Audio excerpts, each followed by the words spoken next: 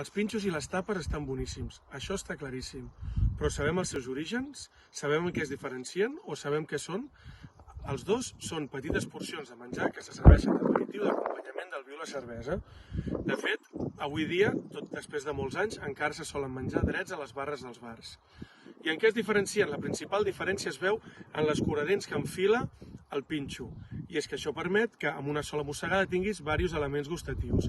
I d'aquesta manera després podran saber quan et cobren a partir d'aquest escuradents. I de fet, si us hi fixeu, en els bars de tapes o de pinxos sobretot, trobareu que sota les barres dels bars està ple de palillos, de pinxos, de gent que no ha volgut pagar i els ha tirat de qualsevol manera. Però anem als seus orígens. El pinxo originàriament és del País Basc i allà han arribat a fer grans virgueries i filigranes amb aquest tipus d'aliment. D'una manera més afrancesada se li diu broqueta o a diferents punts del territori també han arribat a dir-li banderilla, tot i que la banderilla normalment acostuma a tenir un punt més picant. Pel que fa a la tapa el nom prové de tapar i hi ha diverses teories sobre el seu origen, tot i que algunes probablement no s'aguanten per enlloc.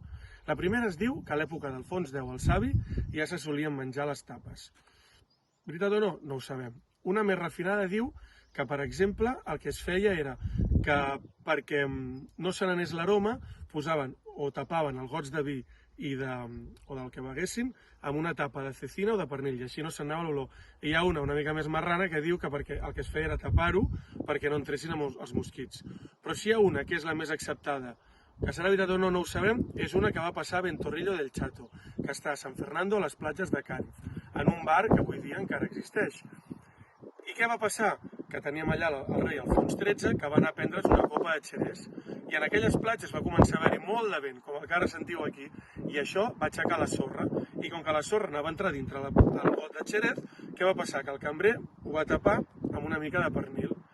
I es diu que d'aquí és d'on prové la paraula tapa de les tapes que mengem. El que sí una cosa està clara és que el que fa les tapes i els pinxos és tapar aquell foradet que se'ns queda a la panxa quan tenim gana o quan els veiem d'allà. Espero que us hagi agradat.